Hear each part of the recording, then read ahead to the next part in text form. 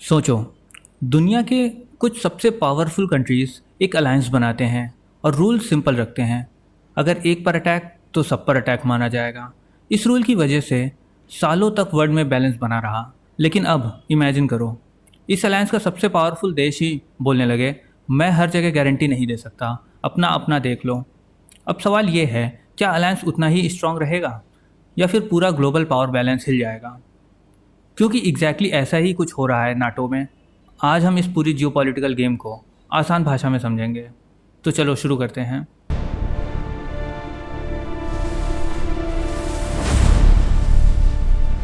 तो पहले थोड़ा हिस्ट्री समझ लेते हैं। तो बात है 1949 की।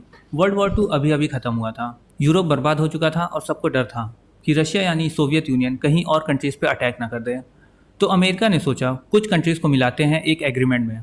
एग्रीमेंट था एकदम सिंपल, अगर कोई नाटो के किसी भी मेंबर्स पे अटैक करेगा तो हम सब मिलके उसका जवाब देंगे। यही है आर्टिकल 5। और इस एक रूल ने 75 साल तक पीस मेंटेन की यूरोप में। धीरे धीरे नाटो बड़ा होता गया और 32 कंट्रीज़ ऐड होती गई इसमें। हाल ही में फिनलैंड और स्वीडन भी आ गए 2023-24 में। तो इतना स्ट्रांग था नाटो। तो प्रॉब्लम क्या हुई यार? सबसे बड़ी प्रॉब्लम ये हुई कि अमेरिका का मूड चेंज हो गया। देखो, नाटो में अमेरिका सबसे बड़ा प्लेयर है, उसकी मिलिट्री सबसे स्ट्रांग है, उसका पैसा सबसे ज़्यादा है। पर जब से ट्रंप वापस आए हैं 2025 में, उन्होंने सीधा बोल दिया, भाई हम पूरी दुनिया का ठेका लेके नहीं रखे, यूरोप अपनी सिक्योरिटी खुद देखें। ट्रंप ने कहा हर नेटो कंट्रीज़ अपनी जीडीपी का 5% डिफेंस पर खर्च करे। अभी रूल सिर्फ 2% का है और बहुत सारी कंट्रीज़ 2% भी नहीं देती। ऊपर से अमेरिका का अपना पैसा नाटो के बजट में ऊपर से अमेरिका ने अपना पैसा नाटो के बजट में कम कर दिया और मार्च 2025 में एक बड़ा झटका दिया। अमेरिका ने यूक्रेन को सैटेलाइट डेटा और इंटेलिजेंस देना ही बंद कर दिया। मतलब जो कंट्रीज रशियन अटैक से लड़ रही थी उसे अमेरिका ने एक दिन में अकेला छोड़ दिया। पूरे यूरोप में एक ही सवाल था उस दिन, अगर हमारे ऊपर अटैक हुआ तो क्या अमेरिका तब भी हमारा साथ देगा? इसका कोई सॉलिड आंसर नहीं था। दूसरी तरफ रशिया है जो नाटो की इस कमजोरी का पूरा फ़ायदा उठा रहा है। सितंबर 2025 में रशिया ने पोलैंड में 20 ड्रोन भेज दिए। ऑफिशियली कहा गया गलती से हो गया, पर बात 20 ड्रोन गलती से नहीं जाते हैं। ये एक मैसेज था। रशियन जेट्स एस्टोनिया के एयर स्पेस में घुसे बिना परमिशन के। अंडर सी केबल्स जो फिनलैंड और एस्टोनिया को कनेक्ट करते थे कट कर दिए गए और इसका कोई प्रूफ नहीं है, पर सबको पता है किसने किया।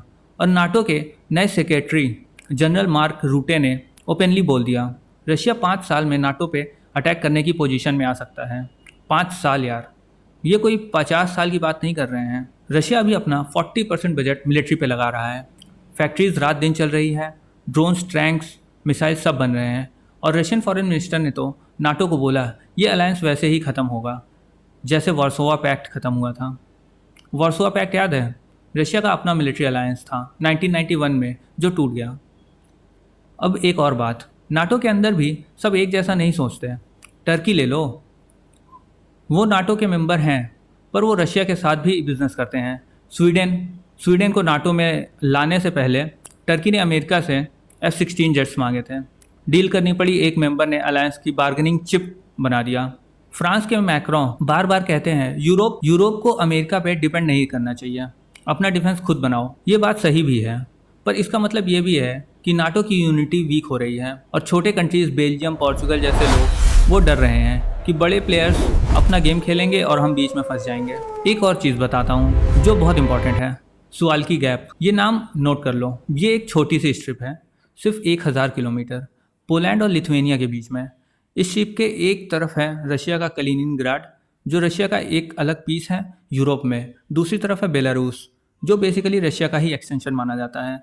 अगर रशिया ने ये 100 किलोमीटर का स्ट्रिप कब्जा कर लिया तो Estonia, Latvia, Lithuania 3 NATO countries बाकी यूरोप से कम्प्लीटली कट ऑफ हो जाएंगे। कोई रोड नहीं, कोई हेल्प नहीं, कोई कुछ नहीं। और इस स्ट्रिप में सिर्फ 2 रोड है और एक रेलवे लाइन, एक बॉटलनेक, एक नाइटमेयर। मिलिट्री एनालिस्ट कहते हैं अगर कभी भी कुछ होगा तो यहीं से शुरुआत होगी। अब सीधा सवाल, क्या नाटो एक्चुअली ख़त्म होगा? ऑनेस्टली अभी नहीं। 32 कंट्रीज़ का कंबाइंड मिलिट्री अभी भी दुनिया में सबसे ज़्यादा पावरफुल है। आर्टिकल 5 अभी भी टेक्निकली वैलिड है। 2025 से हेग समिट में सबने एग्री किया 2035 तक 5% जीडीपी डिफेंस पे देंगे। जर्मनी ने लिथुएनिया में अपनी परमानेंट मिलिट्री ब्रिगेड स्टार्ट की। तो ऑफिशियली नाटो एक साथ खड़ा तो है, पर भाई फील वो नहीं रहा जो पहले था। पहले एक गारंटी लगती थी, अगर कुछ हुआ तो अमेरिका आएगा। अब वो गारंटी क्वेश्चन मार्क बन गया है। रशिया यही चाहता है। उसने एक बुलेट नहीं चलाई, सिर्फ क्रैक डाल दिए, अंदर से बाहर से दोनों तरफ से। एक अलायंस तब तक काम करता है जब तक ट्रस्ट है, और वो ट्रस्ट अब उतना सॉलिड नहीं रहा। और इस ईरान वॉर के बाद ये क्रैक्स बढ़ते हुए दिखाई दे रहे हैं। यूएसए अपना नाम विड्रॉ करना चाह रहा है, लेकिन बाइडेन ने एक ऐसा लॉ पास किया था पिछले उनके टर्म में, जिससे वो ये नहीं कर पाएंगे। और भाई हम तो नाटो में है नहीं, हमसे क्या फ़र्क पड़ता है। अगर नाटो वीक हुआ, रशिया और चाइना दोनों ज़्यादा कॉन्फिडेंट हो जाएंगे। चाइना ऑलरेडी इंडिया की बॉर्डर पे टेंशन क्रिएट करता है। रशिया हमारे ट्रेडिशनल दोस्त है, पर वो चाइना के ज़्यादा करीब भी है। नाटो टूट गया तो अमेरिका यूरोप में इतना फंस जाएगा कि इंडो पैसिफिक पे ध्यान ही नहीं देगा। चाइना फिर और एग्रेसिव हो सकता है, ताइवान पे, साउथ चाइना सी पे।